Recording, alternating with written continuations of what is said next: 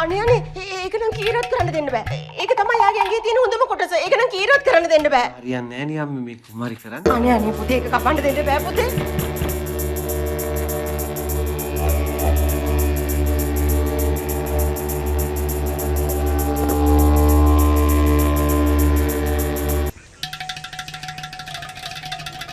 මල්ලි පණ එන්නකො. එන්නකො මේ මොනාර කරගම එන්නකො.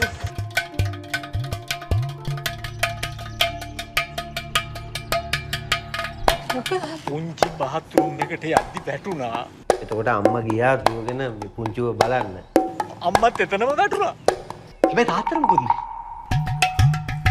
ලොකුනේ. ඊය ගියා සුපිරි පෙට්ටියක් ගන්න ඕනේ තාත්තා. මිලියන 5ක්. යකෝ අම්මගේ පෙට්ටියක් යකෝ මේක. අම්මා ඉන්නවා මේ